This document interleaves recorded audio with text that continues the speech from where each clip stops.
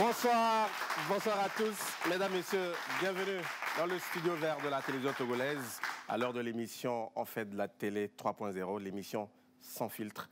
Et ce soir, nous avons de très bons sujets. Nous allons parler de l'allègement de certaines mesures de lutte contre la Covid-19 au Togo. Nous allons également recevoir dans cette émission Monsieur Telata Harry Manala. Il est le directeur de la jeunesse et de l'emploi des jeunes, que je vous prie d'accueillir.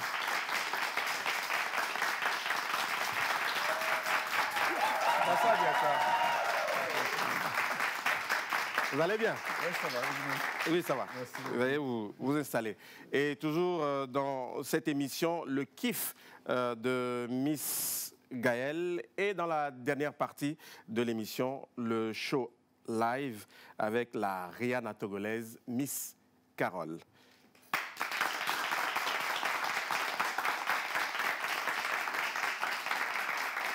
Décor planté, En fait de la télé 3.0 commence maintenant.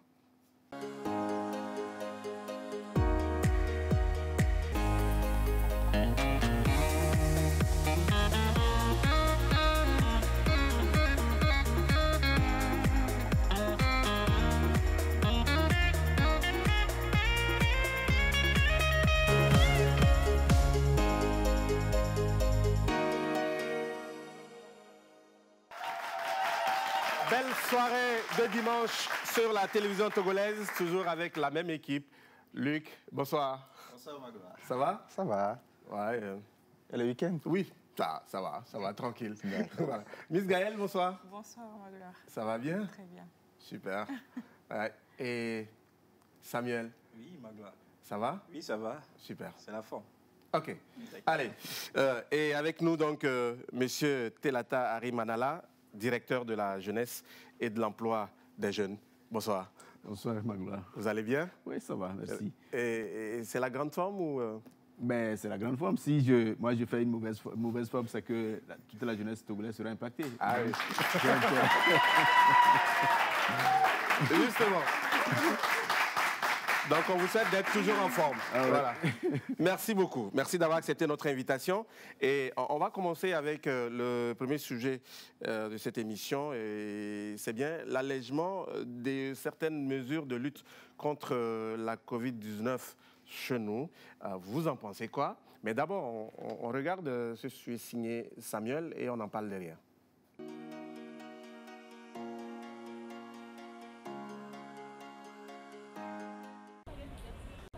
Suite à la baisse drastique du taux de positivité et des nouvelles contaminations liées à la Covid-19 et avis du conseil scientifique, le gouvernement a décidé d'assouplir la plupart des mesures prises pour limiter la propagation de la pandémie au Togo.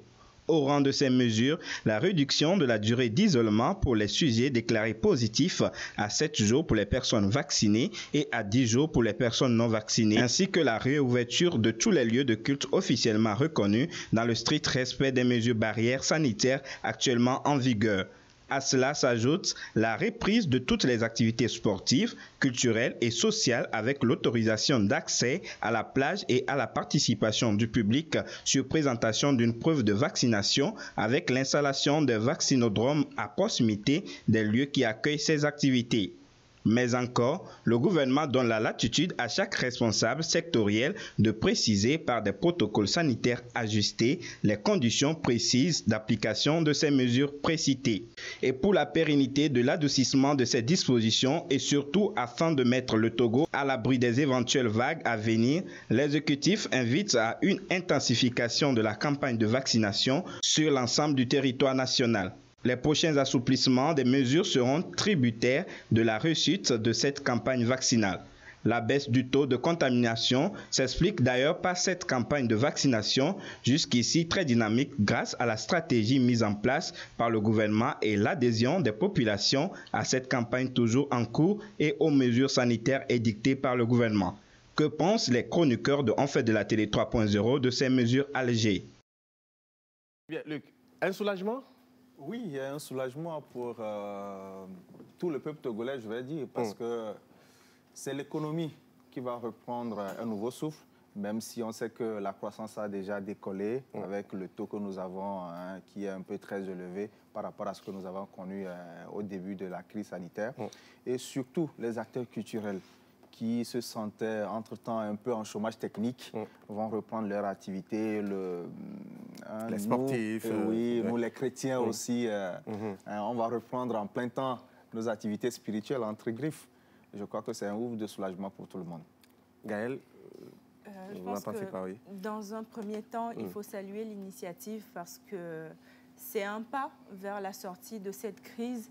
Mais moi, en fait, il y a beaucoup de points qui me dérangent dans ce communiqué. Même si tu salues. Je salue parce que voilà, c'est un geste, donc voilà. Mais je ne comprends pas, en fait, aujourd'hui, à l'heure où tout le monde salue l'Afrique dans cette gestion de la crise et en prenant pour exemple qu'on n'a pas fait de confinement et on vaccine moins qu'ailleurs et que c'est pour ça qu'on a les meilleurs résultats. Je ne comprends pas pourquoi on incite autant les gens à aller se faire vacciner. C'est-à-dire que moi, aujourd'hui, si je prends en compte ces allègements-là et que je n'ai pas envie de me faire vacciner, ça veut dire qu'il n'y a pas d'allègement pour moi, en fait. Donc, ça me pose problème. Je n'ai aucun souci avec le vaccin. Je suis moi-même vaccinée. Je n'ai aucun problème avec ça. J'ai un problème avec le fait de forcer les gens à se faire vacciner. C'est-à-dire que fais-toi vacciner ou alors tu ne vas pas à un concert. Fais-toi vacciner ou alors tu ne vas pas à la plage. On devrait laisser les gens librement choisir. Voilà, c'est ça. On devrait laisser les gens choisir pour eux et pour leur vie, ce qui est bien parce que forcer les gens à se faire vacciner aujourd'hui, en science, il y a un effet qui s'appelle l'effet nocebo. C'est le contraire de l'effet placebo, c'est-à-dire qu'aujourd'hui, si je suis convaincue que si je bois ce verre d'eau, je vais tomber malade, si je le bois, je vais tomber malade, c'est l'effet nocebo. Si une personne est convaincue que ce vaccin, il est néfaste et que s'il le prend, il va lui arriver malheur, il y a des chances qu'il arrive malheur. Donc pourquoi aujourd'hui, on n'adopte pas une stratégie différente justement de ce qui se fait dans le reste du monde. C'est laquelle, par exemple? Une autre stratégie, c'est-à-dire qu'on laisse les gens choisir de se faire vacciner ou pas. On laisse les gens prendre la responsabilité pour leur vie et on se met à la disposition des personnes pour soigner, parce que c'est justement ce qui a été dénoncé le plus ailleurs dans le monde, parce que on ne soigne pas, on dit aux gens, si vous avez des symptômes de la Covid, restez chez vous, ne bougez surtout pas, n'allez pas encombrer les hôpitaux et tout. Donc pourquoi on ne se rendrait pas disponible justement pour soigner les gens comme on l'a fait et comme on le fait depuis... On a les moyens pour... Je rappelle que les gens ont été soignés. C'est ça. Ceux qui ont fait la maladie ont été soignés. Exactement, c'est ça. Bon, en tout cas, je ne veux pas te couper la parole. Continue quand tu auras fini. Parce que moi, j'ai fait la Covid au tout début. Et donc, j'ai fait partie des premières vagues de personnes qui ont été soignées. Donc, c'est une possibilité, c'est quelque chose qui est à notre portée aujourd'hui. Donc, pourquoi on devrait... Je ne comprends pas, en fait. Et je ne considère pas ça vraiment comme une mesure d'allègement. Qu'est-ce qui sera le moins coûteux dans la deux situations? Ah oui. Donc, en fait, on va opter pour ce qui sera moins coûteux au lieu d'opter pour le bien-être de la population. Bon. Ça dépend de ce qu'on met dans le bien-être. C'est ça. Ça dépend de ce qu'on met dans le bien-être. Là-dessous, nous sommes d'accord. Vous êtes pas sans savoir qu'aujourd'hui, si nous sommes arrivés à ce résultat, c'est suite à la campagne de vaccination. D'accord. Parce qu'il a été prouvé que la vaccination n'empêche pas les contaminations. Tout à fait normal. Donc, ça réduit les risques. Parce que lorsque vous prenez les chiffres, au début de la pandémie et vous prenez les chiffres aujourd'hui, c'est carrément autre chose. Nous sommes à la baisse. Et aujourd'hui, je pense que le communiqué, il est clair. D'accord? Puisque quand vous lisez le communiqué, on dit même, et quand je prends la mesure sur... l'isolement, par exemple. Vous allez voir que la période d'isolement a été réduite. D'accord? Au début, les personnes, on dit bien, les personnes qui ne sont pas vaccinées, s'ils sont déclarés positifs, ils vont faire 7 jours d'isolement et 10 jours pour les, les personnes non vaccinées. Donc, c'est juste... Mais il faut noter. Quoi, justement? Il faut noter que... Allez, Luc, oui. Moi, je veux revenir sur un certain nombre de choses. Pour des crises comme ça fait dépenser beaucoup l'État. Et quand je parle de l'État, c'est nous tous. Oui. Parce que c'est nous qui contribuons pour que l'État puisse agir ou le gouvernement puisse agir en faveur de nous tous. Quand nous prenons la crise à ses débuts, il fallait mobiliser 400 milliards. Le chef de l'État l'a annoncé. Il fallait mobiliser 400 milliards. On nous a fait comprendre, les autorités qui étaient devant dans cette lutte nous ont fait comprendre ce que ça coûtait une journée de prise en charge voilà, au niveau de Lomé Commune, CHR Lomé Commune. Oui. Et on a vu tout ce qui a été dépensé, tout ce qui a été fait. Et quand une personne est atteinte, la douleur ressentie. Maintenant, l'autre phase qu'il ne faut pas oublier également, il y a des porteurs sains et des porteurs qui font la maladie. On ne va pas comparer des porteurs sains et des porteurs qui font la maladie. Ceux qui ont des antécédents, diabète et autres, et qui contaminent encore, et qui ont encore la Covid, c'est encore plus grave pour eux. On a eu des problèmes de respirateurs. Et on était obligé de commander un nombre de respirateurs, même si à un moment donné, ça ne suffisait pas toujours. Et il a fallu respecter les mesures barrières, il a fallu qu'on soit dur dans le respect des mesures barrières, qu'il y ait des sanctions, qu'il y ait aussi cette campagne de vaccination pour que les gens prennent conscience que la maladie vraiment existe et que ça fait du mal. Et ces mesures nous ont permis d'atténuer et d'avoir un taux bas que nous avons aujourd'hui. Oui. Maintenant, quand on parle d'obliger les gens à aller se faire vacciner, je ne suis pas d'accord. Pourquoi est-ce que je ne suis pas d'accord? C'est vrai, on nous dit la liberté, oui, mais ma liberté s'arrête là où ta liberté commence. Si je ne dois pas me vacciner et être un facteur de contamination pour vous, à un moment donné, c'est une responsabilité collective et individuelle. À un moment donné, je dois me dire, OK, si je me vaccine, je ne me vaccine pas pour moi seul. Oui, mais on est quand même d'accord qu'à un moment donné, on a obligé les Togolais à aller se faire vacciner. Quand on demande les passes. C'est là où il y a cette nuance. C'est là où il y a cette nuance. Par exemple, je m'arrête à ce communiqué juste. On dit, OK, les activités peuvent reprendre. Ceux qui ont envie d'aller à un concert d'un artiste, ils sont libres d'aller à ce concert. Mais vous vous vaccinez d'abord. C'est ça la coïncidence. C'est une obligation. Mais allez. Si tu me le permets. Oui, Gaëlle. Aujourd'hui, il y a l'option test PCR. Quand tu fais ton test PCR et qu'il est négatif, tu sais que tu ne représentes de risque pour personne, contrairement à la personne qui est vaccinée, qui, elle, a son passe sanitaire, qui aussi a des chances d'attraper le virus, mais ce n'est pas dit, il a aussi des chances d'attraper le virus. Donc, si moi, je suis vaccinée, je le précise, mais supposons que je ne suis pas vaccinée, j'ai mon test PCR négatif, toi, tu es vacciné, tu n'as pas fait de test PCR du coup, qui représente plus un danger pour l'autre? Donc aujourd'hui, si tu as ton test PCR qui date de 24 heures ou 48 heures, on ne va pas t'interdire l'entrée, je crois bien. Bon, allez. Pour aller donc vers l'immunité collective, eh bien, le gouvernement conseille en tout cas tous les Togolais d'aller se faire vacciner. Bon, en tout cas, pour l'instant, pour ceux qui ne se sont pas encore fait vacciner. Votre avis? Oui, le gouvernement exhorte l'ensemble de la population à se faire vacciner. Ceux qui sont en âge de se faire vacciner, à aller se faire vacciner, de sorte qu'on puisse atteindre cette immunité collective. Oui. Mais en aucun cas, le gouvernement n'a obligé. Mais comme l'expliquait mon cher ami, si vous voulez aller au concert, le concert, c'est comme si vous alliez dire pourquoi on dit de payer des tickets pour entrer au concert. Si vous choisissez d'aller au concert, vous payez le ticket. Donc, c'est un peu quelque chose comme ça.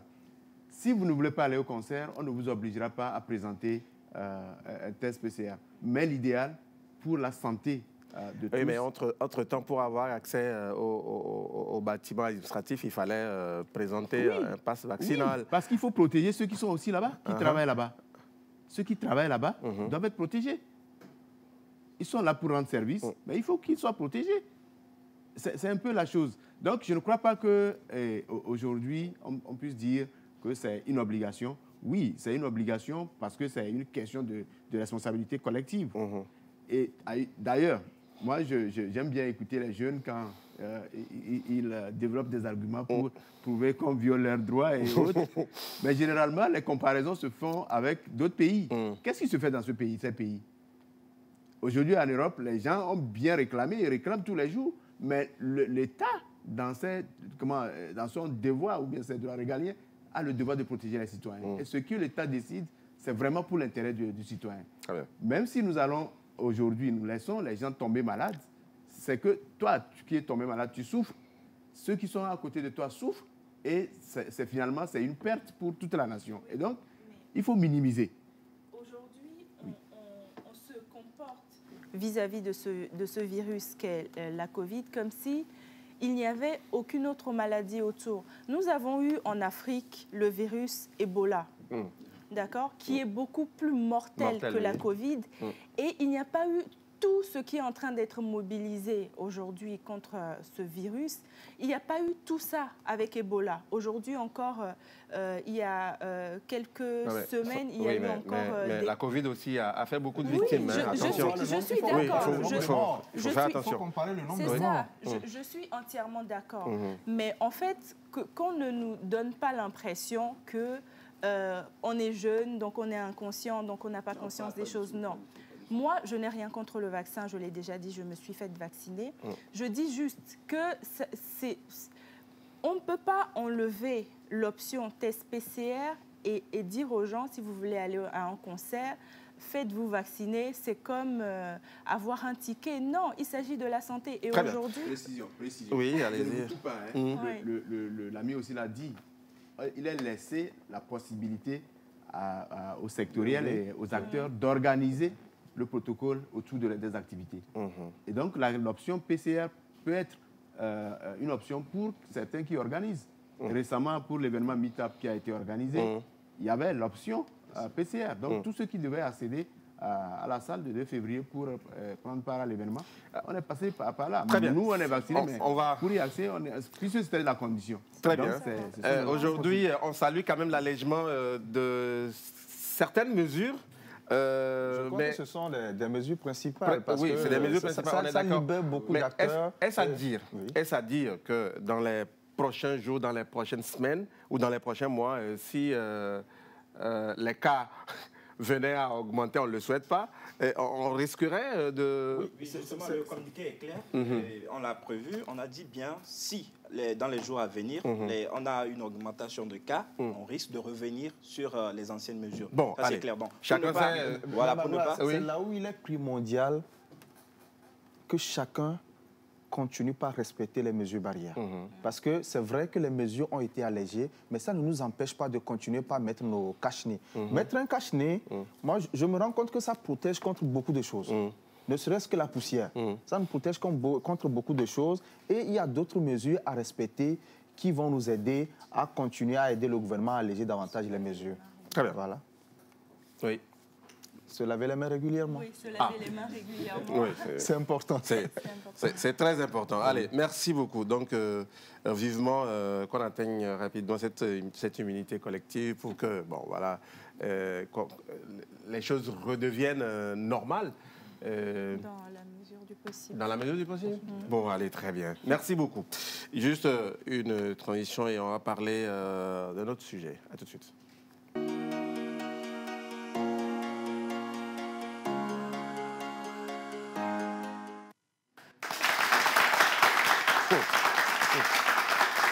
Voilà, retour sur le plateau pour la suite de cette émission. Gaël, le kiff, sinon ton kiff ou ton coup de cœur de cette semaine. Gros coup de cœur même. On va parler football. Okay. On va parler football féminin. Ça fait plaisir. Ah ouais, voilà. Football. Exactement, c'est ça. Ah oui, ça c'est particulier, mais il fallait que j'en parle parce que j'ai eu un gros coup de cœur sur l'équipe des éperviers dames parce qu'elles se sont brillamment qualifiées pour la CAN 2022. Juillet 2022.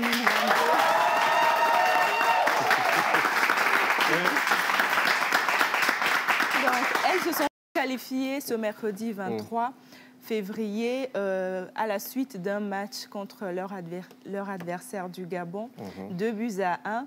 Donc, je tiens à féliciter toute l'équipe et Tometi Kai pour le travail abattu. Tometi Kai, c'est la coach de l'équipe des éperviers pour le travail abattu.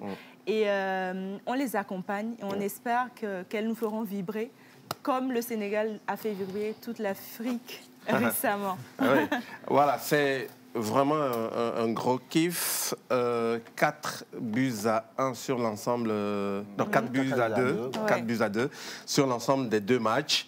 C'est vrai que le match retour était annoncé pour être très compliqué pour les Togolaises, mais elles se sont vraiment battues. Et puis, mention spéciale à la gardienne qui a repoussé un penalty, Luc, parce que ce n'était pas évident. Je confirme, ce match était compliqué.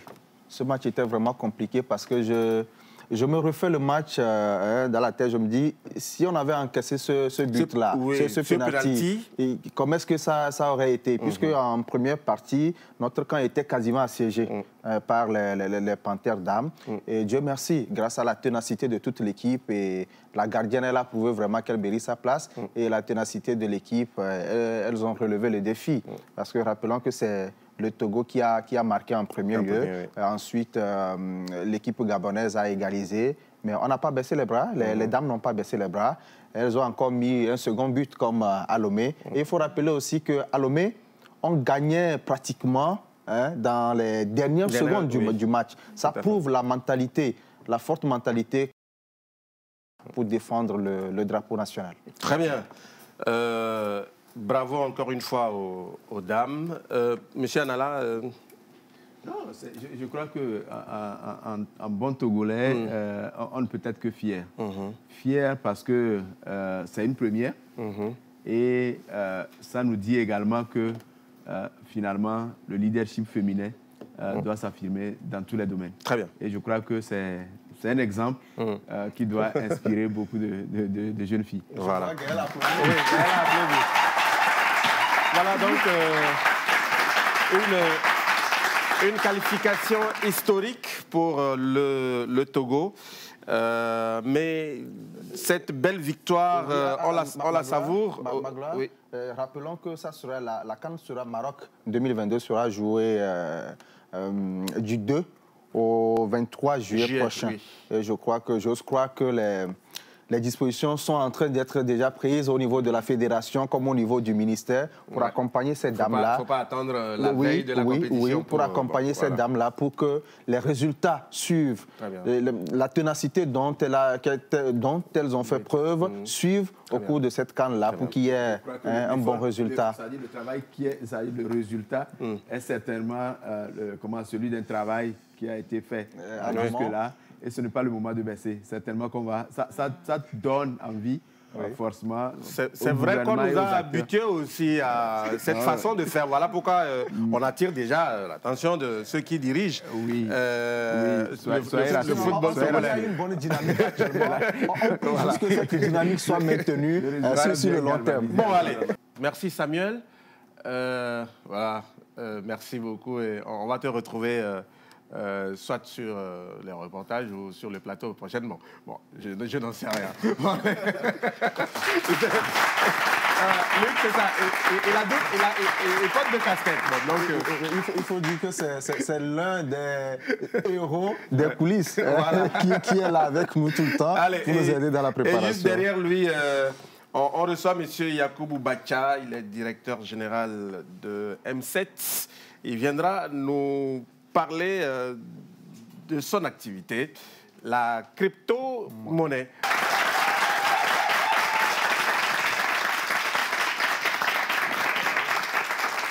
Voilà, Monsieur Yacoubou Bacha, bonsoir. Bonsoir Magloire. Comment vous allez? Je vais très bien. Vous allez bien? Très bien. Super. Bonsoir également à toute l'équipe. Oui. Ah, il a bien précisé, il va très bien. Et vous êtes le patron de la maison des crypto-monnaies et du e-commerce du Togo. Tout à fait. Et je suis le responsable de la maison des crypto-monnaies et du e-commerce du Togo. Et nous visons sincèrement à former la jeunesse dans le domaine de la crypto-monnaie. Déjà, la crypto-monnaie, c'est quoi? La crypto-monnaie, c'est de la monnaie virtuelle. C'est de l'argent numérique qu'on ne peut pas toucher, qu'on peut transférer de portable en portable, d'ordinateur en ordinateur. Et je confirme que c'est l'industrie aujourd'hui qui va le plus consommer la population ou la jeunesse. Vous savez, le monde entier a connu 3 types de révolutions. La révolution agricole, la révolution industrielle. Et durant ces 2 grandes révolutions, nos parents, nos aïeux étaient en train de dormir. Et aujourd'hui, nous connaissons la vague de la révolution numérique ou digitale. Et cette révolution va embaucher plus d'hommes que les 2 autres révolutions. Et aujourd'hui, avec la Covid qui est en train également de montrer ses différentes faces, je vous assure qu'avec la crypto-monnaie ou le monde digital, les gens vont faire des choses phénoménales. Ça va embaucher pas mal de personnes. Et aujourd'hui également, vous allez voir, nous parlons du Web 3. On parle du Web 3.0. Et ce Web 3.0, avant de le comprendre, il faut voir d'où elle a commencé. Elle a commencé par le Web 1.0, où on donnait les internautes avaient la possibilité d'aller consulter les informations sur le web, sur l'Internet. Le Web 2.0, où les gens avaient la possibilité, on les a donné tous, la possibilité d'aller écrire sur l'Internet. Et le Web 3.0, où aujourd'hui les gens ont la possibilité de faire quoi? D'aller non seulement d'écrire et de lire, mais également d'écrire et d'être propriétaire de ce qu'ils ont fait. D'où aujourd'hui nous pouvons parler de quoi? Du monde des métavers, du monde des NFT et tout ça là, et de la blockchain. Tout ça c'est bien beau et puis c'est aussi compliqué à comprendre. Mais on va faire simple. Vous parlez de la crypto-monnaie. C'est quoi la nuance entre la crypto-monnaie et le trading? Vous êtes dans le trading, c'est quoi? Expliquez-nous. Voilà, merci beaucoup pour cette question. Aujourd'hui, c'est vrai, le sujet est un peu controversé dans notre pays. La crypto-monnaie, d'abord, c'est une monnaie digitale, telle que je l'ai dit. Et le trading, c'est l'art d'acheter et de revendre les biens et services en ligne sur l'Internet. Voilà la différence. Maintenant, est-ce que quelqu'un peut acheter les biens et services en ligne en toute tranquillité? Oui ou non? Oui. Et la crypto-monnaie, qu'est-ce que c'est? C'est des biens, comme nous l'avons dit, c'est l'argent numérique, c'est l'argent digital. Et donc, les gens peuvent l'approprier à eux et puis en faire du commerce en ligne. Est-ce que vous voyez? Donc, aujourd'hui, il va falloir que... C'est vrai, cette industrie a beaucoup déjà évolué dans beaucoup de pays. Mais au Togo, et vraiment, c'est encore caché. Or, sous d'autres cieux, beaucoup en fassent une manne financière. Très bien. Et maintenant, comme vous le dites, au Togo, ce n'est pas encore assez développé, mais est-ce que vous avez eu toutes les autorisations pour pouvoir le faire? Et nous sommes dans le domaine de la formation. Et pour une société qui œuvre dans la formation... Elle n'a pas besoin d'autorisation? Elle a besoin d'autorisation, certes. C'est tout ce qui n'est pas encore légalisé qui va dans le secteur informel. Et c'est une fois en exerçant qu'on finit par avoir peut-être toutes les autorisations. Est-ce que vous voyez? Quelque chose qui n'a jamais existé, elle doit exister une fois avant qu'on la dise fais ainsi ou fais cela. Mais une fois, tant que ça n'a pas encore vu le jour, je crois qu'aujourd'hui, nous sommes créés au niveau de la CFE, comme toute autre société. Et nous disons que nous sommes au niveau du domaine de la formation. Donc nous avons pris attache au niveau du ministère de l'enseignement pour voir, et au niveau du ministère de la formation pour voir qu'est-ce que nous avons à faire. Mais il faut reconnaître que comme le législateur togolais n'a encore rien prévu dans ce cadre, ce n'est pas aussi possible d'avoir autant d'autorisation sur certains éléments. Voilà. Moi, ça me fait tiquer un tout petit peu parce que c'est ici on était et les gens sont venus avec cette histoire de trading, nos mamans, nos frères, nos soeurs ont investi des millions, je veux dire, ont investi leurs réserves et tout là-dedans. Du jour au lendemain, un communiqué est sorti, un communiqué du gouvernement est sorti. Si ces réserves, c'est encore bien. Les gens sont allés contracter des prêts. Des prêts pour investir là-dedans. Et un beau matin, on a sorti un communiqué pour annuler tout ça. D'abord, les traders ont commencé par fuir et le gouvernement était obligé de prendre ses responsabilités en sortant un communiqué qui a annulé tout ça. Je crois que pour donner un peu plus de crédit à ce que vous faites, il serait bien de faire des démarches déjà pour avoir les accréditations. Si ce n'est pas déjà fait. Oui, si ce n'est pas déjà fait, pour avoir les papiers qu'il faut. Et je me dis, si le législateur n'a rien prévu pour le moment, peut-être que votre démarche, comme vous le dites, peut enclencher des choses au niveau de l'État. Parce que quand le législateur ne sent pas le besoin de proposer des trucs, peut-être que, OK, il a d'autres préoccupations en attendant. Mais quand le besoin va se faire sentir, c'est tellement qu'il va prendre les mesures qui s'imposent. Oui, allez-y. Luc, je voudrais mettre une nuance dans ce que nous faisons par rapport aux sociétés qui ont existé dans le temps. Oui, allez-y. Il y a une grande différence. Ici, nous parlons de la formation. Nous ne parlons pas d'un mécanisme qui consiste à collecter l'argent des Togolais et de fructifier et leur donner des bénéfices. Nous ne parlons pas du tout de ça. Nous parlons de la formation, c'est-à-dire d'éduquer la population par rapport à un secteur d'activité donné, qui est actuellement en vogue, qui a déjà vu ses preuves dans beaucoup de pays. Aujourd'hui, écoutez, dans le domaine de la crypto-monnaie, qui est la première des crypto-monnaies, qui est le Bitcoin a vu le jour en 2009. Et en 2009, une pièce, pour avoir une pièce, disons avec $1, on pourrait avoir au moins 100 pièces de cette crypto à l'époque. À l'heure où je vous parle, ou en 2021, une pièce de cette crypto-monnaie coûtait au moins 60 à 65 000 $. Est-ce que vous comprenez?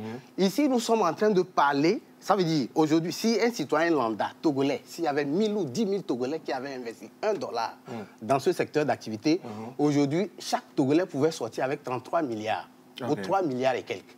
Est-ce que vous voyez? Donc, c'est un secteur porteur qui peut aussi employer beaucoup de jeunes, dans lequel beaucoup de jeunes aussi peuvent entreprendre. Et ici, nous parlons de la formation, parce que il faut comprendre une chose, c'est beaucoup plus intéressant de donner... d'apprendre quelqu'un à pêcher que de lui donner le poisson. On dit quoi? Un chat échaudé crée le foin. Voilà. Donc, qu'est-ce que vous avez à dire aux Togolais pour les rassurer, puisque vous êtes dans la formation, comme vous l'avez dit, voilà, à venir vers vous pour se faire former, surtout. Aux Togolais, nous avons à leur dire d'aller vers l'information. Nous sommes à l'ère du Web 3.0, de ne pas se faire berner par quoi que ce soit ou par les on-dit, mais d'aller à l'information. Aujourd'hui, l'Internet est là, non seulement pour aller voir les vidéos et autres, mais pour aller se cultiver, pour s'éduquer. Aux Togolais, nous voulons les interpeller de se faire former dans ce nouveau secteur d'activité. C'est un secteur vraiment, même au Parlement actuellement, au Parlement français, ne fût-ce que la journée d'hier, au Parlement français, on a parlé de la crypto-monnaie, de l'enjeu des crypto-monnaies. Et même on a cité une crypto-monnaie purement africaine, qui est le Limocoin, qui est une crypto-monnaie créée par un confrère camerounais et qui est en pleine expansion. Est-ce que vous voyez? Il y a également plein d'autres crypto-monnaies aujourd'hui qui vont permettre aux Togolais, aux Togolaises de se mettre à l'aise. Donc, aux Togolais d'aller se faire former, d'approcher la maison des crypto-monnaies pour avoir d'amples explications et voir si exactement ce que la maison des crypto-monnaies fait est la même chose que ce que les autres sociétés qui ont existé ont fait avant. Très bien. Est-ce que vous voyez? Donc, c'est le lieu pour nous, même aujourd'hui, aux universités publiques et privées, de les interpeller et de leur dire de signer des partenariats avec nous pour que les élèves ou les apprenants, dès qu'ils sortiront des universités, qu'on ne dise plus qu'ils veulent encore aller suivre une formation. Les formations, aujourd'hui, nous sommes à l'ère de la formation 3.0. Voilà. Ça veut dire, les étudiants, une fois sortis, ils doivent être en mesure de faire quelque chose. Jusqu'aujourd'hui, les étudiants, quand ils sortent, ils ne sont pas en mesure de fabriquer une aiguille, ni un matelas, ni un bic. Donc aujourd'hui, nous voulons vraiment que les étudiants que nous formons puissent produire de la valeur ajoutée. Allez, très bien. C'est ce dont le Il y a un élément qui explique très bien tout ce que vous êtes en train de dire sur ce plateau. On regarde et puis on revient pour conclure. Merci.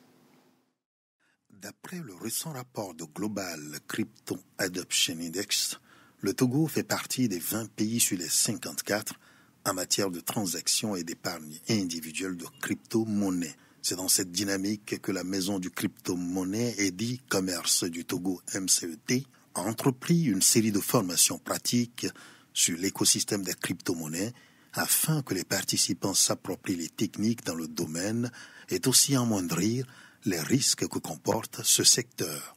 Cette formation n'est pas une formation à l'issue de laquelle nous allons juste leur donner des attestations, mais c'est une formation pour laquelle ils doivent pratiquer au jour le jour et avoir de la valeur ajoutée. Dans tout secteur d'activité, il y a des risques. Mais lorsque vous êtes formé, vous avez une formation, vous connaissez les b.a.-ba de ce monde-là, je crois que vous saurez comment mesurer le risque et puis savoir le prendre. En matière des crypto-monnaies, moi je me dis le risque est beaucoup plus amoindri. Et parce que si vous avez bien sûr eu une bonne formation dans ce domaine, nous interpellons vraiment les uns et les autres à se faire former dans ce domaine pour amoindrir le risque qui peut se trouver dans ce secteur. Déterminés à acquérir des compétences, les Togolais n'hésitent pas à se faire former à la MCET dans l'espoir de tirer le maximum de profit de leurs investissements. D'abord, c'est pour pouvoir savoir où investir, dans quelle crypto-monnaie investir, et maintenant comment investir, comment se faire des profits. Parce que le besoin de tout homme, de tout humain actuellement, c'est la recherche de l'argent, la recherche du profit. Et donc, quand il y a du profit quelque part, quand il y a du profit au niveau des crypto-monnaies, il faut savoir les saisir, il faut savoir comment s'y prendre. Aujourd'hui, la révolution numérique étant la clé de la réussite et de la richesse, les crypto-monnaies révolutionnent le monde des affaires. Et pour la MCET, qui est une société légale et sérieuse, il faut rendre autonome toute personne désireuse de faire du trading afin d'éviter les arnaques. Ce que nous faisons, c'est de donner la formation aux gens et non pas de collecter les fonds aux citoyens du Togolais pour fructifier, leur donner des bénéfices. Et donc je crois, à mon humble avis, que ce qui a été interdit sur la terre de nos aïeux, c'est l'opération ou la technique qui consiste de collecter les fonds des Togolais et de fructifier pour leur donner.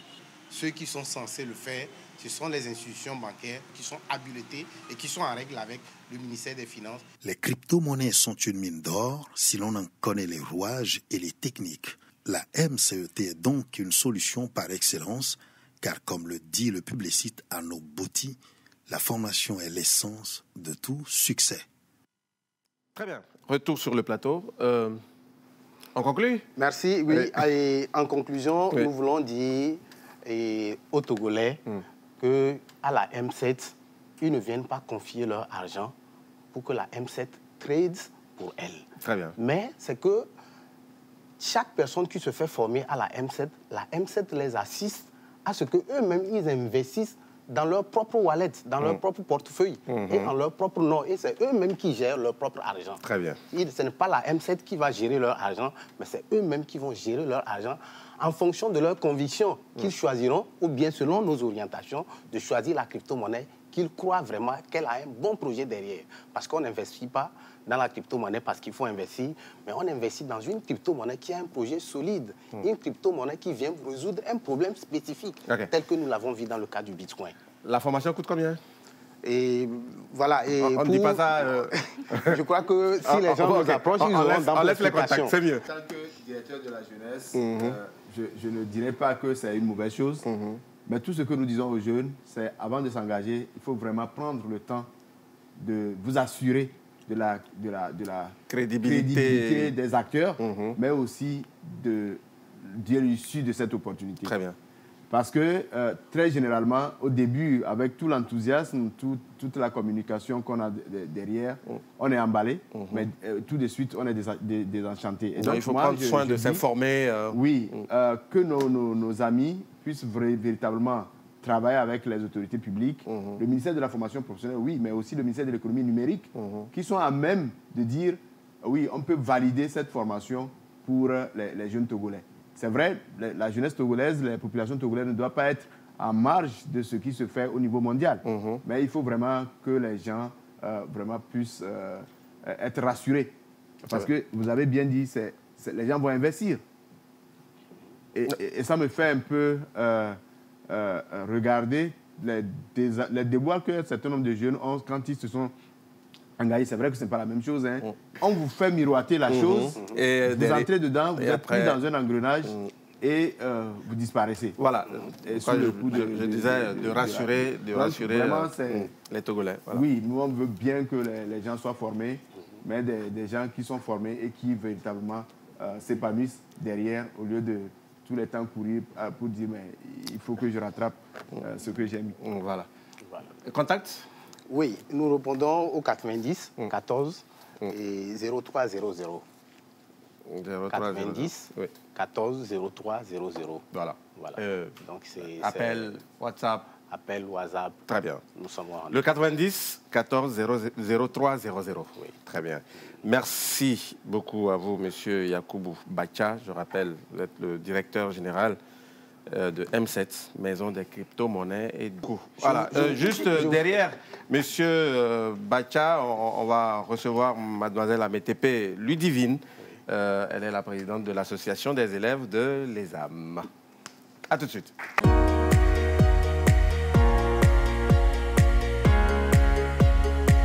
Maintenant, on va recevoir Mademoiselle Amétépé Ludivine, présidente de l'association des élèves de l'ESAM. Voilà. Bonsoir Ludivine. Bonsoir Magloire. Ça va? Ça va bien, merci. Et vous-même? Voilà. Oui, ça va, je vais bien. Et merci d'être là. Merci à vous pour l'invitation. Merci aussi de nous accompagner.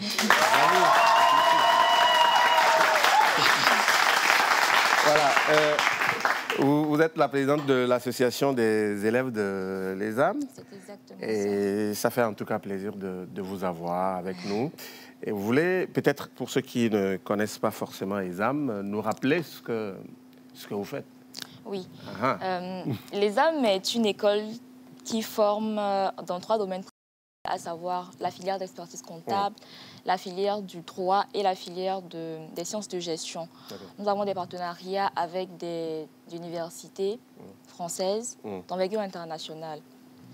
Nous avons des valeurs chères à nos cœurs.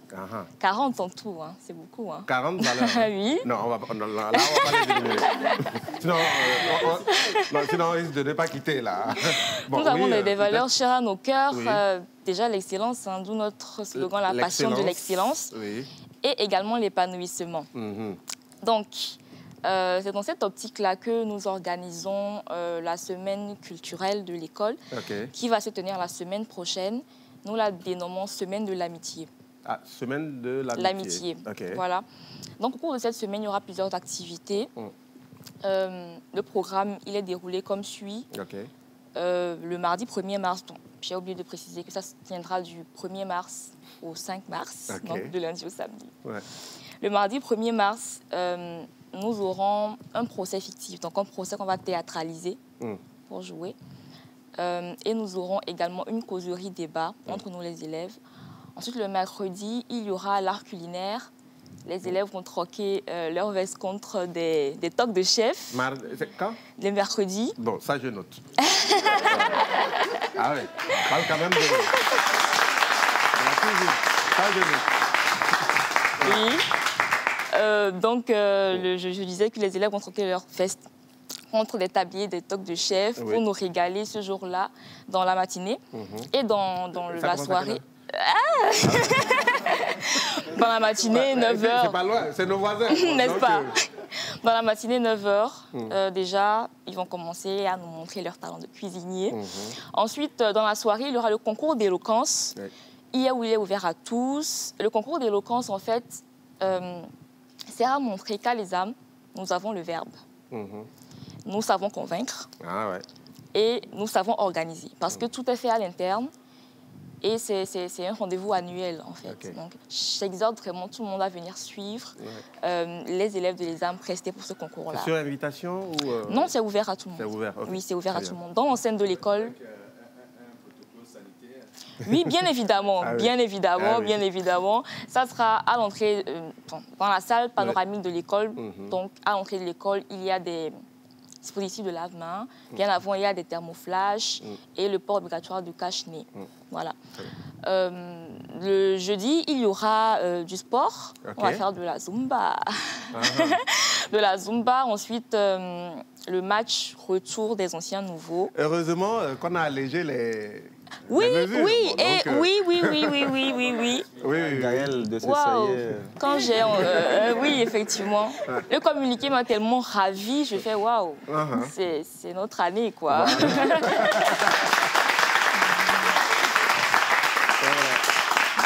Donc, il y aura ça se passera au niveau du terrain atlantique. Maintenant, c'est Marif. L'école s'appelle Marif. Marif, Ah, ouais. Voilà, et le vendredi, il y aura la soirée Red Carpet. Mon accent anglophone. Tapis rouge. Soirée tapis rouge. Oui. Tapis rouge qui se tiendra à l'espace Vallée de Grâce. Au niveau de Avenou, Adjidokomé. D'accord. Voilà. Tout donc, ça il y aura, dans le strict respect des... Exactement, il y aura plein de choses, élection royale, reine, défilé, d'artistes invités, ambiance DJ. Voilà, le ticket, il est à 15 000 francs, infoline. Oui, allez-y, infoline. 93, 95, 57, 93. 84, 95, 93, oui. 95, oui. 57, 84. 57 84. 84. Voilà. Voilà. Donc, je reprends le numéro, le 93, 95, 57, 84. Voilà. Et le samedi, il y aura une sortie détente à la plage. Voilà, nous avons au bout de tout ceci. Le samedi prochain, 26 février, il y aura le tournoi de basketball qui se tiendra au terrain de Harmonie Signature à la Caisse. Voilà, l'entrée est à 1000 francs, donc j'invite tout le monde à venir voir le tournoi qu'on organise. Et puis le dimanche après aussi, il y aura après-goût. Ça sera l'après-goût. Voilà, il y a l'avant-goût, mais après-gout. Ah, ok. Ça sera la finale du tournoi de football qu'on organise également. Donc voilà, une semaine très très bien garnie. Oui, ça c'est clair. Bien voilà. Donc voilà, j'aimerais ajouter quelque chose. Aïe. Ah, pardon. Donc, ESAM, la passion de l'excellence. Semaine de l'amitié, ESAM 2022. On s'en balade pas comme ça.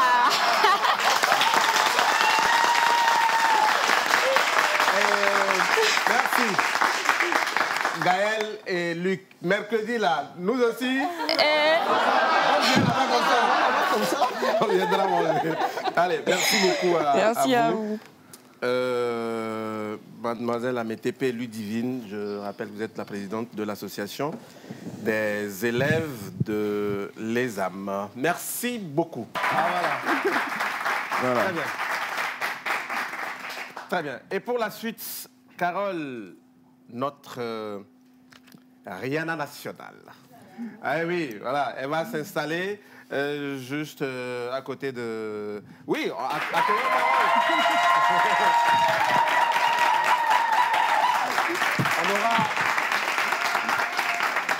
On aura le live dans quelques instants. Bonsoir Carole. Bonsoir tout le monde. Ça va? Bonsoir les amis. Oh, vous êtes tout mignons. Ça va Carole? Oui, ça va ma gloire. Ah super. Merci d'avoir accepté notre invitation et surtout merci aussi pour le show que tu auras à nous offrir dans quelques instants. Avec plaisir. Avant le show, c'est quoi l'actualité de Carole? Alors... C'est vrai que Corona a gâché beaucoup de choses. Hein. Oui. Mais on ne lâche pas l'affaire. On ne lâche pas l'affaire. Voilà. Et déjà, début mars, j'aurai la chance, je dirais ça comme ça, parce que ce n'est pas donné à tout le monde. J'aurai la chance d'aller un peu très loin, et internationalement, je veux dire. Et une tournée en vue? Une tournée européenne. Ah, ouais. Très bien. Et donc...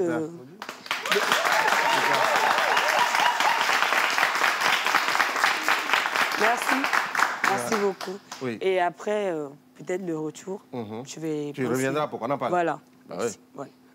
Voilà. Donc, pour l'instant, tu restes avec nous. D'accord. On va se tourner maintenant vers notre invité spécial sur ce fauteuil rouge. Monsieur Telata Arimanala, directeur de la jeunesse et de l'emploi des jeunes. Monsieur Anala, eh bien, vers la fin de l'année, l'année dernière bien naturellement, votre ministère, le ministère du Développement à la base, a effectué une tournée dans les savanes. Vous êtes allé faire quoi? Non, mais rien d'extraordinaire. C'est dans le cadre normal de nos activités au niveau du ministère. Et c'est de manière périodique, Madame le ministre et l'ensemble du staff effectuent des missions de supervision sur le terrain pour voir un peu comment les activités opérationnelles se déroulent. Prendre un peu le pouls avec les bénéficiaires, les écouter et écouter leurs témoignages, pas juste pour ce qui marche, mais sur ce qui ne marche pas, quelles sont leurs appréhensions, qu'est-ce qu'on peut améliorer. Et cette tournée-là est intervenue après qui avait déjà eu lieu dans la région des Plateaux. Et donc, au cours de cette tournée dans les différentes localités, nous avons eu l'opportunité d'écouter les différentes catégories de nos bénéficiaires, les jeunes, les femmes, les comités de développement, les jeunes entrepreneurs, autour des différents mécanismes. Vous savez, au niveau du ministère, nous avons des actions qui vont vers l'accompagnement des organisations de développement à la base, les questions de développement à la base. Nous avons aussi des activités qui vont vers la promotion de la jeunesse, l'emploi des jeunes. Et donc, il était, lors de cette tournée-là, une occasion pour Madame le ministre de s'assurer que les informations, les rapports qui sont faits par les acteurs opérationnels, quand je dis acteurs opérationnels, c'est voir par exemple le FAEJ, l'Agence nationale de volontariat, le projet, l'unité de gestion du projet d'appui à l'employabilité et à l'insertion des jeunes dans les secteurs porteurs, le projet des plateformes multifonctionnaires. Donc, tous ces acteurs-là, on mène des activités, ils font des rapports trimestriels, ils font des rapports au niveau des réunions hebdomadaires, mais il était important que sur le terrain, on puisse toucher du doigt les résultats, mais surtout écouter les bénéficiaires. Justement. Cela nous permet, en fin de compte, d'ajuster là où on peut ajuster et de réorienter là où il y a besoin de réorienter les actions. Et justement, globalement, qu'est-ce qui reste à faire voilà, quels sont les manquements que vous avez pu relever et qu'est-ce qui reste à faire? Globalement, il faut dire que les actions sont bien appropriées par les communautés, les bénéficiaires. On se voit dans une dynamique où aujourd'hui, au niveau des communautés, les gens ne sont pas dans l'attente d'un messie où ils ne tendent pas la main, ils n'attendent pas l'aumône comme on le dit. Ils sont prêts à prendre en main leur destin. Ils n'attendent que le petit accompagnement qu'il faut. Et je crois que mes amis l'ont dit en passant, il y a aussi que nous avons relevé qu'il y a un besoin d'information au niveau des communautés pour qu'ils puissent bénéficier de toutes ces opportunités qui existent. Particulièrement sur la question de la jeunesse, nous avons perçu qu'il y a besoin de rapprocher les services d'information des communautés. Parce que j'étais aussi peiné de savoir, par exemple, que lorsque nous lançons le concours, la compétition de concert dans les communes, le communiqué est diffusé et c'est 10 jours après que certains jeunes qui auraient pu participer ont l'information. Et quand ils ont l'information, ils sont déjà à la date limite. Et donc, nous nous disons, il y a quelque chose à faire. Ça, ce sont des éléments que nous devons corriger. Mais sur la question même des critères pour accéder aux différents mécanismes, il y a lieu de communiquer suffisamment et pour que les gens puissent être informés et s'organiser pour bénéficier des mécanismes. Pour l'ensemble, disons que le renforcement des capacités reste un besoin, et parce que ça fait d'ailleurs partie de notre mission, l'accompagnement de proximité. Je crois que ce sont des éléments qu'on a pu relever. Voilà. Et il faut dire aussi que Carole venait de le relever. Pour les questions, les activités de jeunesse, la COVID a beaucoup impacté.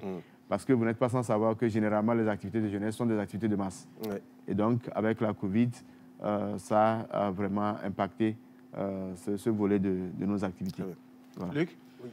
Moi, je voulais revenir essentiellement sur 2 points. D'abord, le problème de financement. C'est vrai qu'il y a le FAEJ, le PAEJ-SP, AMPGF et autres. Mais aujourd'hui, on continue par constater qu'il y a toujours ce problème de financement des projets. Parce que quand vous prenez 500 projets, à peine 100 sont financés. Qu'est-ce qui est fait pour renforcer ces mécanismes ou trouver une autre alternative pour permettre au secteur privé d'aider nos jeunes porteurs de projets innovants à vraiment mettre en branle ou à mettre en œuvre leurs projets ou leurs initiatives? Non, je crois qu'aujourd'hui, pour répondre à ce déficit ou à ce défi, c'est un défi, nous sommes allés dans la mise en place des incubateurs. C'est vrai, les jeunes, quand on a l'idée, on le met sur papier, on pense que tout est déjà prêt pour être financé. Mais derrière, il y a du travail à faire. Parce que le porteur du projet doit être capable, véritablement, de convaincre le financier. L'État, le ministère, derrière, met les mécanismes de garantie. Mais ce ne sont pas des dons. Celui qui donne l'argent doit être sûr que l'initiative réussisse. Et là, nous demandons encore de la part des jeunes beaucoup de patience. Parce qu'on doit s'armer de patience quand on est sur ce chemin-là. L'idée, c'est de ne pas recevoir le crédit et d'échouer le lendemain. Et donc, l'une des solutions qu'on apporte, c'est la mise en place des incubateurs. Et aujourd'hui, on a 3 incubateurs qui sont opérationnels, notamment celui de Lomé, le Nunia Lab. On a celui de Dapaon qui est opérationnel, le Ban Lab, et celui de Kara. Et donc, à ce niveau-là, les jeunes qui sont porteurs d'idées vont être accompagnés pour que les projets sortent véritablement mieux. C'est vraiment le caractère bancable des projets qu'il faut regarder. Mais, comme je le disais, la question de l'emploi des jeunes, ce n'est pas seulement le gouvernement. Le gouvernement fait son effort. Moi, je suis aussi peiné par moment parce qu'on met des ressources à la disposition des institutions de financement, mais elles rechignent à mettre de l'argent à la disposition des jeunes. Et ça, également, c'est une responsabilité qu'on doit partager. Et je crois que le secteur privé, le secteur financier a son rôle à jouer. Alors, notre inquiétude, c'est par rapport à la plateforme industrielle de PIA. Nous le savons, ça a été inauguré par le chef de l'État en juin dernier. Et on nous parle de 35 000 emplois ou plus de 35 000 emplois. Progressivement, les services sont en train d'être mis en place. Il y a 2 ou 3 services déjà opérationnels.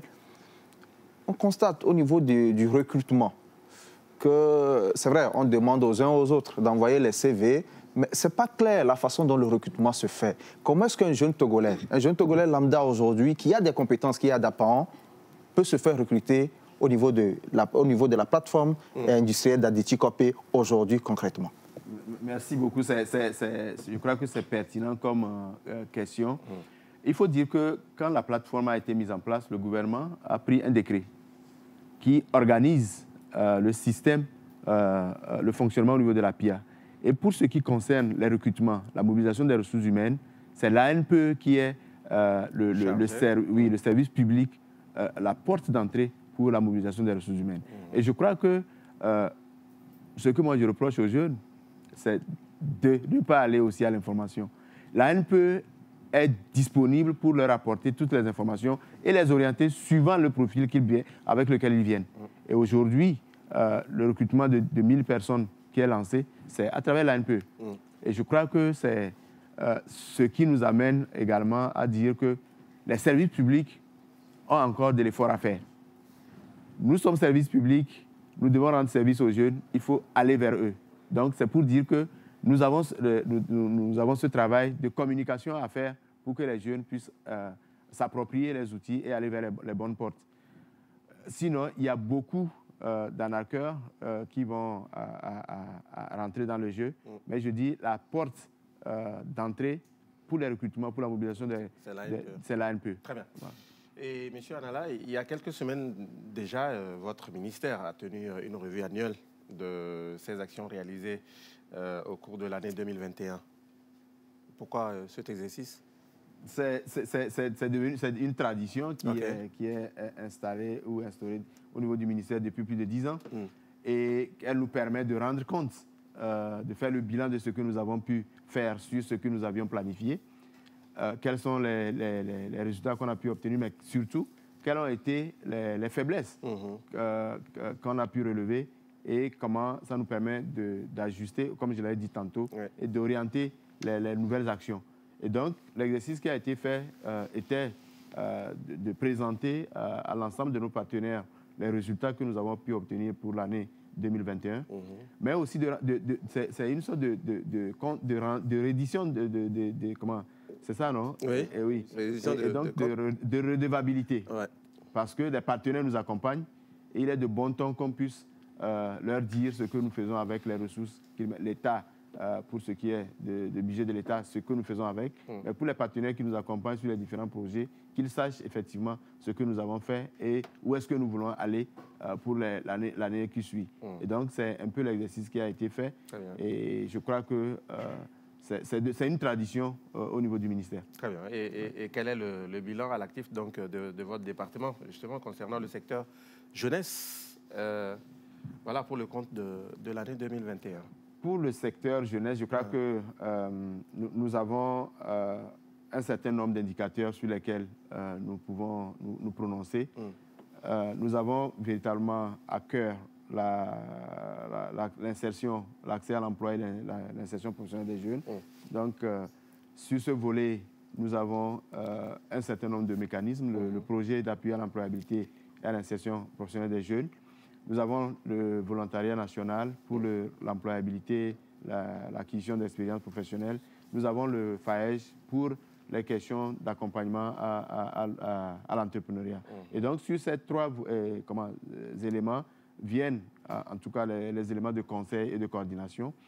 Et en termes de création d'emplois, nous avons pu, avec les différentes interventions, arriver à plus de 26 000 emplois permanents, soit nouveaux ou consolidés. Et quand nous disons des emplois permanents, c'est de dire que ces emplois-là, les gens le font et vivent de ça. C'est leur activité principale. Et au-delà, à travers les activités à haute intensité de main-d'œuvre que nous faisons, que nous réalisons dans nos différents projets et programmes, on a plus de 30 000 emplois temporaires qui sont créés. Et je crois que ça peut se vérifier, surtout sur la question de l'emploi, de l'entrepreneuriat rural que nous faisons avec le PAEGSP. Je le dis, je suis très fier de le dire parce que ce sont des emplois géolocalisés. Quand vous allez sur le site, chaque emploi c'est-à-dire dans chaque localité, vous pouvez avoir accès, identifier ce dont nous parlons. Très bien. Et donc, sur la question de la vie associative, j'ai dit que le ministère s'intéresse beaucoup aussi à la vie associative. Nous avons pu accompagner avec des petites subventions une vingtaine d'associations de jeunes qui ont pu réaliser des micro-projets qui impactent effectivement la communauté, mais qui responsabilisent, qui en tout cas valorisent l'engagement des jeunes. Et également, nous sommes sur les activités socio-éducatives. Et là, comme j'ai dit, la Covid a impacté. Nous n'avons pas pu avoir des activités de masse, surtout les activités liées aux colonies de vacances, aux camps chantiers, aux centres aérés que nous organisons. Mais nous avons pu quand même, grâce aux réseaux sociaux, interagir avec plus de 120 000 jeunes. Très bien. Et ça, je crois que c'est l'une des leçons que nous tirons pour dire qu'il faut davantage développer des activités qui font que les jeunes, à travers les réseaux sociaux, puissent s'exprimer et puissent avoir des réponses à leurs préoccupations.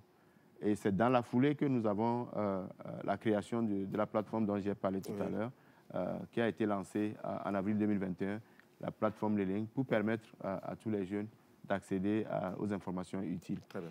Je crois que, de manière résumée, c'est ce que je pourrais souligner en disant que l'année, c'est vrai, il y a eu la menace Covid, mais les résultats ont été satisfaisants de notre point de vue. Et si vous permettez, on a un élément qu'on va regarder qui retrace très bien tout ce que vous avez dit là. Okay. Et après, on revient pour la suite. À Gando, dans le Sud, voici les jeunes en compétition de skate, de danse et poésie en mode sensibilisation autour du thème la paix. Ici, dans la région des Savanes, plus qu'ailleurs, les jeunes ont été victimes des troubles sociopolitiques et sont vulnérables face à l'extrémisme violent et au djihadisme qui est aux portes du pays. Le gouvernement a ainsi jugé impératif de multiplier les messages de paix et de cohésion nationale à travers eux. C'est dans cette optique que le ministère en charge de la jeunesse, en collaboration avec les Fonds des Nations Unies pour la population, ont mis sur pied un certain nombre d'initiatives comme le projet promotion de la participation des jeunes à la prévention des conflits et le renforcement de la cohésion sociale pour une paix durable au Togo. Ce projet a pour objectif de soutenir la consolidation de la paix par la mise en œuvre des initiatives catalytiques pour renforcer la cohésion sociale. Il a pour objectif d'apporter des contributions au niveau des jeunes pour consolider la cohésion sociale au niveau de leurs communes. Chers parents, chers frères et sœurs, bannissons la haine, cultivons la paix, l'amour, le pardon et le vivre ensemble. Cette compétition couvre ainsi les zones concernées par le projet promotion de la participation des jeunes à la prévention des conflits et le renforcement de la cohésion sociale pour une paix durable au Togo, dans les régions des Savanes et de la Kara. L'autre danger qui guette toujours la région des Savanes, c'est l'extrémisme violent et le terrorisme. Mais face à ce fléau, le ministre rassure la jeunesse. La paix n'a pas de prix. Nous avons besoin de paix pour pouvoir mettre en œuvre toute la vision du chef de l'État. Les populations doivent collaborer, être vigilantes et contribuer à ce que nous puissions éloigner cette menace de nos terres. Il faut dire que le gouvernement constate ses efforts sur cette zone qu'il veut voir coûte que coûte se développer afin de permettre le plein épanouissement des jeunes et des populations à la base. Je voudrais tout d'abord remercier le chef de l'État et son gouvernement pour tout ce qu'ils prônent pour la jeunesse togolaise. Aujourd'hui, nous avons encore des demandes envers le chef de l'État. S'il peut encore mettre en place beaucoup plus de projets qui vont aller vers certaines activités, par exemple l'apprentissage. Aujourd'hui, un jeune finit dans la commune, il finit son apprentissage, il n'a pas de moyens pour pouvoir mettre en place ce qu'il a appris comme métier. Nous avons besoin d'eau. Lors des saisons sèches, nos populations font des maraîchères. Il faut de l'eau en grande quantité pour pouvoir irriguer les maraîchères. Nous avons besoin de l'éclairage pour éclairer certaines localités de nos communes. Ainsi, la mission du ministère d'offrir à la jeunesse un cadre socio-éducatif, culturel et sportif nécessaire à son épanouissement, à sa formation civique et à sa participation active au développement. Voilà. On revient, monsieur le directeur, peut-être une dernière question. Vous nous direz les autres chantiers peut-être auxquels votre ministère doit s'attaquer et les principaux défis à relever pour atteindre ces objectifs de cette nouvelle année. Merci beaucoup. Je crois que les chantiers sont ceux-là que nous avons déjà ouverts, oui. Surtout sur la question de l'employabilité, de l'accès à l'emploi des jeunes. Et comme nous disons, les jeunes ont des idées, ils sont porteurs d'initiatives, ils ne demandent que de l'accompagnement. Et donc, nous aurons principalement, au cours de cette année, à amplifier ce que nous faisons, de sorte à impacter davantage de jeunes. Mais la tournée de supervision nous a permis de nous rendre compte que la question d'espace ou de cadre d'épanouissement de jeunes, pour les jeunes, est importante, c'est-à-dire les centres et les maisons des jeunes, parce que dans la plupart des communautés où nous allons, ce qui revient, c'est qu'on n'a pas accès à l'information. Ce qui revient, c'est que dans le milieu, on ne sait pas si on veut s'épanouir, on ne sait pas où s'épanouir. Et nous disons, les maisons des jeunes, dans leur conception, c'est des lieux où non seulement le jeune a accès à l'information, mais aussi à la formation. Et donc, où il peut rencontrer les autres jeunes, où il peut développer ses talents. Et donc, nous pensons que c'est un chantier important que nous devons toujours continuer par implémenter. Nous avons aussi, pour tout ça, pour éviter de naviguer à vue, de faire un pilotage à vue, nous avons fondamentalement la politique nationale de jeunesse que nous devons rapidement finaliser pour que ce soit soumis à l'adoption du gouvernement. Comme ça nous permet de donner à tous nos partenaires les orientations. Le gouvernement définira les orientations sur lesquelles les partenaires doivent intervenir pour ce qui concerne l'accompagnement des jeunes. Et en plus de ça, nous avons à cœur la promotion ou la participation des jeunes à la vie de leur société. L'engagement civique des jeunes, ça nous tient à cœur. Et les récents événements, en tout cas la menace qui est à nos portes, nous pousse à vraiment travailler sur ce chantier-là pour donner les capacités et les compétences à nos jeunes et surtout pour les amener à s'approprier la vie de leur communauté et donc de pouvoir interagir avec les autres acteurs pour asseoir le développement de leur milieu. Nous pensons que c'est un travail qui va être fait avec l'ensemble des acteurs. N'oublions pas que la jeunesse est une cible transversale. Et quand nous parlons de la jeunesse, nous parlons de la question de l'accès aux services de santé. Nous parlons des loisirs, nous parlons des sports, nous parlons du numérique. Aujourd'hui, il y a une fracture qui s'installe entre les jeunes qui sont dans les milieux urbains et les jeunes en milieu rural. Nous avons à cœur de pouvoir faire en sorte de combler cette fracture-là et c'est là où il serait important que nous puissions être accompagnés sur la question de la création des centres et maisons de jeunes qui vont être une solution à cela. Très bien. Ça sera le mot de la fin. Merci beaucoup. Merci beaucoup à vous, monsieur Telata Harim Anala, directeur de la jeunesse et de l'emploi des jeunes. Vous restez avec nous maintenant, on va basculer sur le second plateau pour le show. Ça va, Carole? Ah oui. Bon, le rouge et le noir te vont bien. Hein? Mais c'est bizarre. Qu'est-ce qui n'a pas marché? Hein? C'est bizarre. J'ai voulu juste demander si les téléspectateurs, entre griffes, ont remarqué la remarque.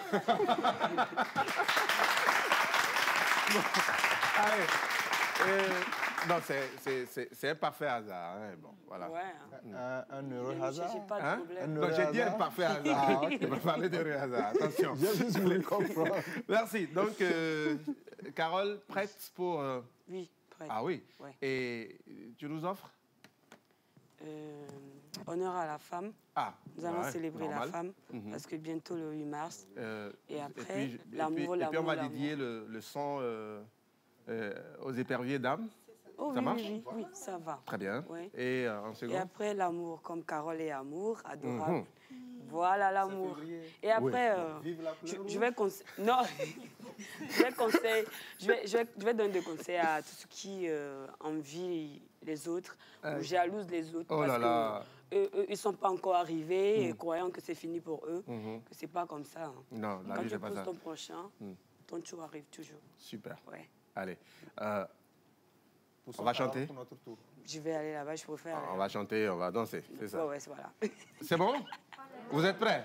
Bon, allez. Maintenant, on va basculer. Non, attends, qu'on ouvre déjà les panneaux. Voilà. Super.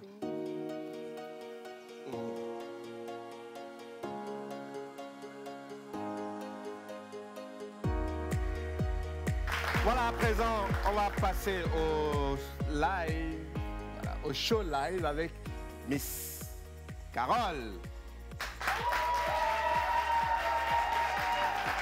Voilà.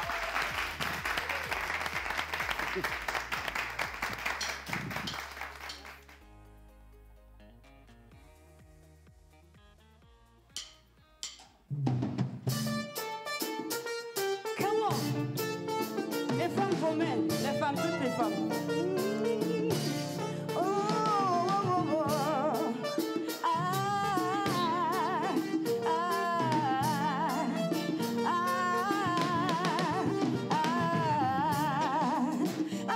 la femme, joli cadeau du ciel.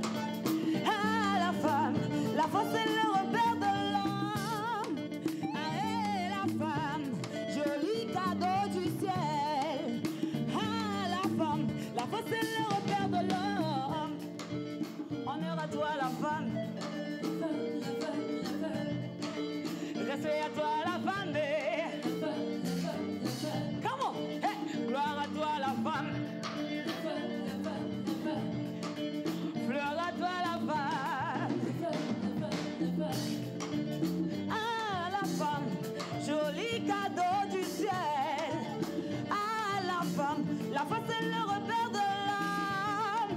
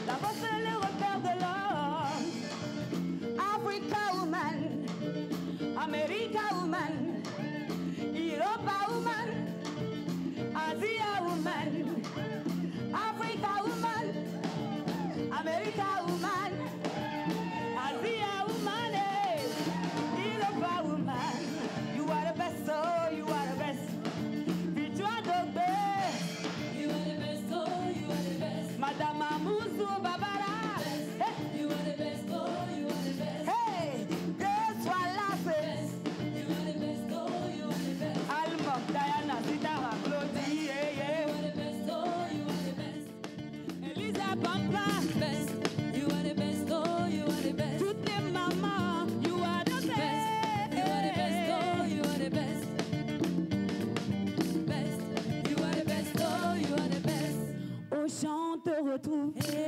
Au marché, on te retrouve. Au bureau, on te retrouve. À l'église, on se retrouve. Au champ, on te retrouve. Au marché, on te retrouve. Écoutez, au bureau, on te retrouve. Écoutez, écoutez. Même au lit, on te retrouve.